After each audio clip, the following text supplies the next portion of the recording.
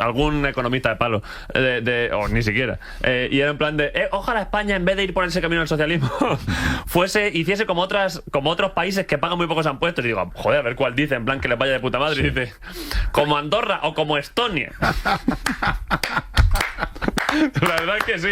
Pues tanto que se reían aquí estos señores, el PIB per cápita de Estonia, ajustado por poder adquisitivo, ya supera al de España. ¿Y cómo ha conseguido esta hazaña Estonia? Pues bien, os lo voy a explicar de una manera muy sencilla, y es que Estonia ha creado un ambiente y un país en el cual se atrae mucha inversión y permite que la gente se desarrolle porque tiene mucha más libertad económica. ¿Y cómo consigue esto? Pues bien, os voy a nombrar algunos impuestos para que tengáis una cierta idea de cómo lo consigue. Si hablamos del IRPF, tiene un tipo único de un 20% frente al tipo máximo marginal de España de un 45%, y eso sin contar que en algunas comunidades suele ser un poquito más alto. Esto quiere decir que cualquier persona que reside en Estonia va a pagar ese 20%. Tenga más dinero o tenga menos. Sí es cierto que las rentas más bajas tienen ciertas bonificaciones que les permite acabar pagando menos de ese 20%. Si hablamos sobre el impuesto de sociedades, en Estonia es de un 20%, aquí en España es de un 25%.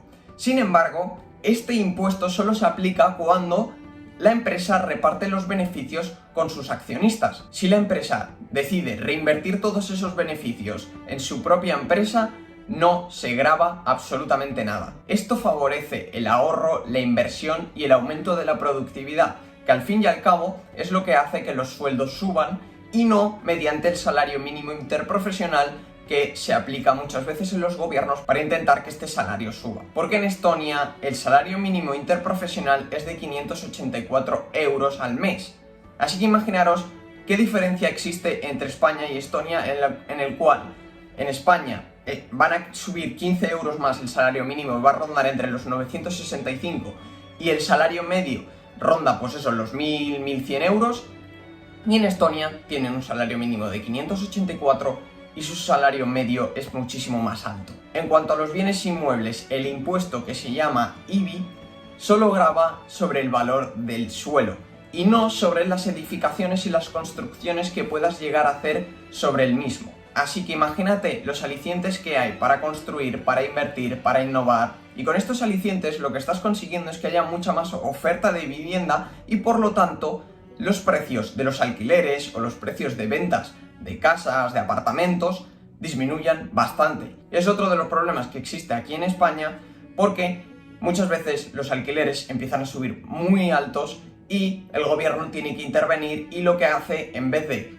pues intentar construir nuevas viviendas, lo que hace es poner un precio máximo de alquiler, y esto desfavorece a la economía. Sin embargo, si haces como en Estonia, que favorece la construcción, pues utilizando este método de gravar solo el valor del suelo y no de las construcciones que hagas encima, esto permite que se genere muchas más viviendas, para que cuanto más viviendas haya, el precio del alquiler será más bajo y será más competencia entre unas y otras, y por tanto esto favorecerá a todas las personas que estén buscando un piso donde vivir, y sobre todo a la gente más joven, que es la que normalmente tiene menos dinero para hacer este tipo de cosas. Ya que os he comentado un poco los impuestos que tienen, me diréis, vale, tiene impuestos más bajos, por tanto estará recaudando mucho menos dinero. Pues no, a pesar de tener bajos impuestos, los ingresos fiscales de Estonia son mayores que los de España. En Estonia los ingresos son de un 40,1% sobre el PIB, y en España son de un 38,8%.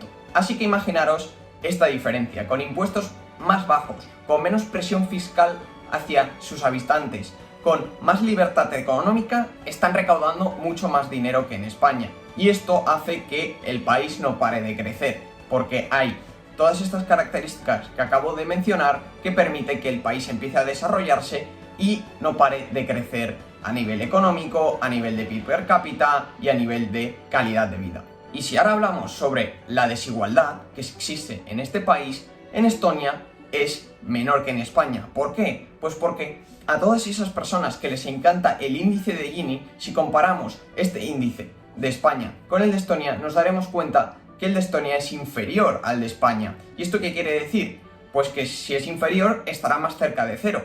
Y el índice de Gini lo que nos dice es que cuanto más cerca de cero esté, quiere decir que menos desigualdad existe. Es decir, hay más igualdad entre las diferentes personas que viven en el país. Pues sí, todas aquellas personas que se estaban riendo y que se ríen de un país como Estonia, que tiene bajos impuestos, ya os podéis dar cuenta que un país con estas características se puede desarrollar de mejor forma que un país con altos impuestos y tanta presión fiscal. Porque lo que haces es tener mucha más libertad económica, dejas elegir mucho más a las personas que viven en él y por tanto los sueldos empiezan a subir, los precios de los alquileres, que son problemas que hay aquí, disminuyen y por tanto todo el país empieza a estar más contento porque los sueldos empiezan a subir de manera natural, los jóvenes encuentran trabajo de manera más sencilla porque han atraído mucha más inversión y por tanto hay menos paro, mucha más gente está trabajando, hay muy poquito desempleo y esto permite que el país no pare de crecer. Esto es lo que se llega a conseguir con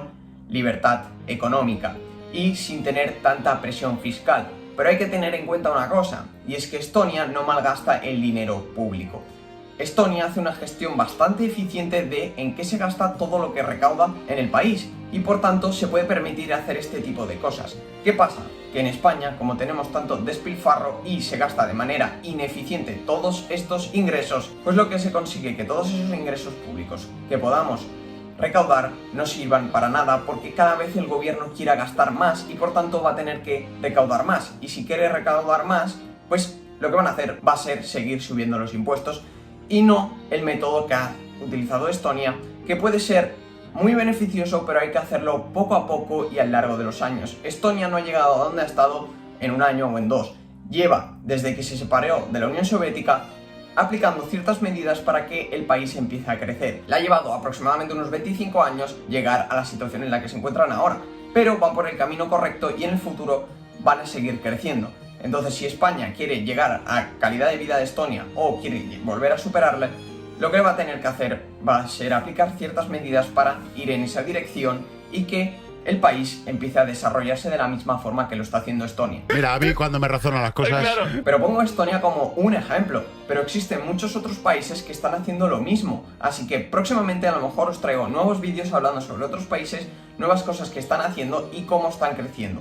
Recuerda suscribirte al canal para no perderte nada, porque de esta manera podrás enterarte de diferentes medidas, de diferentes cosas que están haciendo otros países que pueden servir de gran ayuda para que te des cuenta de que el método que está siguiendo España no es efectivo. Recuerda que te puedes suscribir aquí en el canal para no perderte nada y también tienes esta lista de reproducción donde hablo de economía, donde te ayudaré a que comprendas muchos más matices sobre la economía y medidas que se están tomando en España. Nos vemos en el siguiente vídeo.